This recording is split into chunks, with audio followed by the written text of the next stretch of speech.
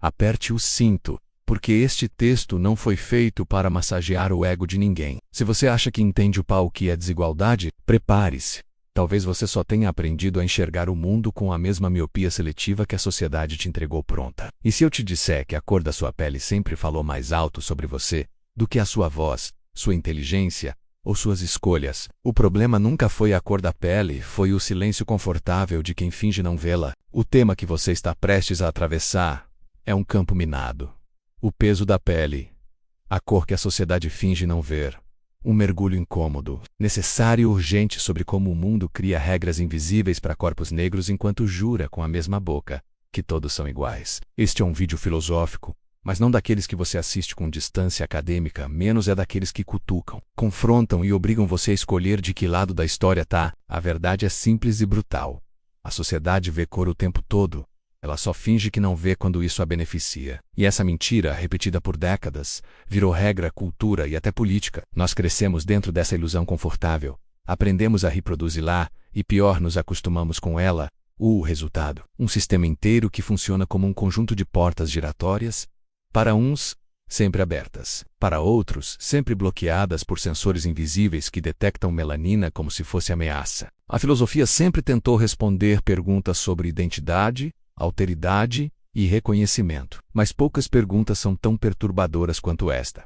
Quem somos quando o que os outros enxergam em nós pesa mais do que aquilo que somos? Para o corpo negro, essa não é uma pergunta metafísica menos.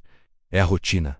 É a vida. É o espaço onde se é forçado a existir. O filósofo Frantz Fanon foi um dos primeiros a expor com brutal clareza esse tipo de violência silenciosa. Ele escreveu que o corpo negro é constantemente encarado como um objeto antes de ser reconhecido como sujeito. Em outras palavras, a sociedade reage primeiro à cor e só depois à pessoa. Como se o tom da pele viesse antes da alma, antes do caráter, antes da história. E isso não acontece apenas no olhar. Acontece nas ruas, nos empregos, nos ambientes sociais, no preço das oportunidades, na forma como alguém é tratado antes mesmo de abrir a boca. E se a pele falasse, o que ela diria sobre o que fizeram com ela? Quando falamos sobre regras invisíveis, estamos falando de estruturas sutis, camufladas, aprendidas sem serem nomeadas. São as regras que determinam quem é seguido em um shopping, quem é parado em uma blitz, quem é visto como suspeito, quem é visto como competente, quem se encaixa e quem deve provar que merece estar ali. Essas regras não estão escritas em lugar nenhum menos, mas estão impressas na mente coletiva como marcas de ferro quente. O mais perverso é que essas regras são ensinadas subliminarmente nas piadas, nos comentários, nas novelas, nos padrões estéticos, no currículo escolar que glorifica colonizadores e minimiza genocídios, nos tratamentos diferentes em situações idênticas. A sociedade diz que não vê cor para manter intacto o privilégio de quem sempre teve o direito de ser visto apenas como indivíduo. Enquanto isso, os corpos negros carregam a marca de uma história que a sociedade não quer revisitar, mas insiste em repetir. Aqui entra a reflexão filosófica sobre a alteridade, o outro, o estranho, o diferente. A alteridade deveria ser aquilo que nos ensina, que amplia o nosso olhar. Mas na prática social, o outro muitas vezes é tratado como ameaça. A sociedade criou um outro negro que precisa ser controlado, observado, avaliado, mantido sob vigilância constante. O que deveria ser encontro vira fronteira. O que deveria ser troca vira medo. O que deveria ser reconhecimento vira desumanização. Por que a pele negra assusta tanto o mundo que foi construído em cima dela? A resposta é desconfortável, porque olhar para o corpo negro é ser obrigado a encarar a história que tantos tentam apagar. É confrontar a violência que sustentou impérios. É admitir que ninguém acende às custas de ninguém sem produzir cicatrizes. A negação da cor é apenas a versão moderna do mesmo mecanismo de sempre. Apagar para não ter que reparar. Mas existe algo ainda mais profundo.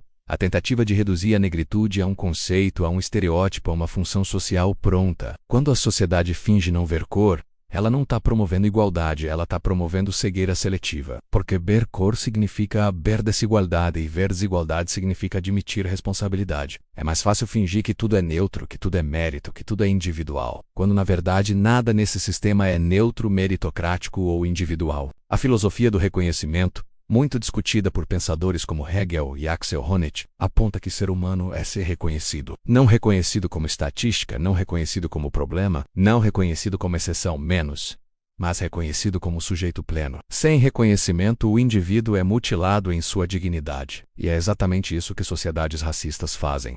Mutilam subjetividades enquanto dizem que não vêem diferença. Como alguém pode florescer quando o mundo só enxerga o vaso e nunca a raiz? Mas não se engane.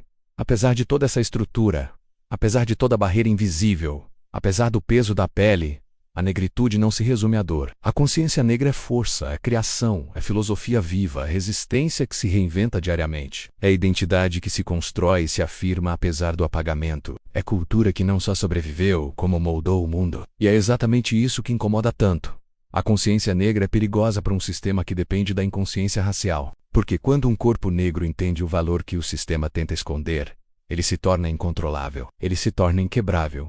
Ele se torna sujeito. O peso da pele não é apenas aquilo que o racismo coloca sobre ela. Menos é também aquilo que a história, a cultura, a ancestralidade e a luta colocaram dentro dela. Existe uma grandiosidade que nenhuma estrutura conseguiu silenciar. Uma força que cresce no silêncio, que explode em cada vitória, que brilha mesmo quando tenta ser apagada. E é aqui que a filosofia volta com toda a força. Qual é a moral de uma sociedade que só chama de igualdade aquilo que a favorece? Qual é o valor de uma liberdade seletiva? Qual é o sentido de um humanismo que não abraça todos os humanos? A resposta é simples. Não existe moral, valor ou sentido. Existe apenas máscara. Uma máscara de progresso que escorre quando confrontada com a realidade. A cor da pele sempre foi vista. A diferença é que agora não cabe mais fingir. Não cabe mais suavizar. Não cabe mais tratar o racismo como um acidente ou uma opinião.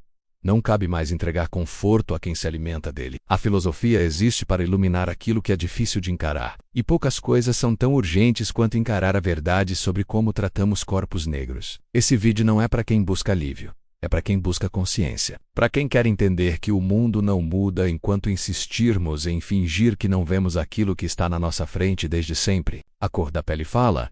Ignora ela e reconhecê-la é o primeiro passo para quebrar as regras invisíveis que moldam vidas e destinos. Se você chegou até aqui, não olhe para o lado. Não desvie. Não caia no conforto social que tenta minimizar esse assunto. Agora que você escutou, você não pode desescutar. Agora que viu, não pode desver. E é exatamente isso que espero que você faça. Veja, se esse texto te provocou, te incomodou ou te fez pensar, então cumpra seu papel. Curta o vídeo. Comente sua visão. Se inscreva no canal para receber mais reflexões profundas como essa e compartilhe com quem precisa urgentemente enxergar o que sempre fingiu não ver. Porque conscientizar é também um ato de coragem menos e você pode começar agora.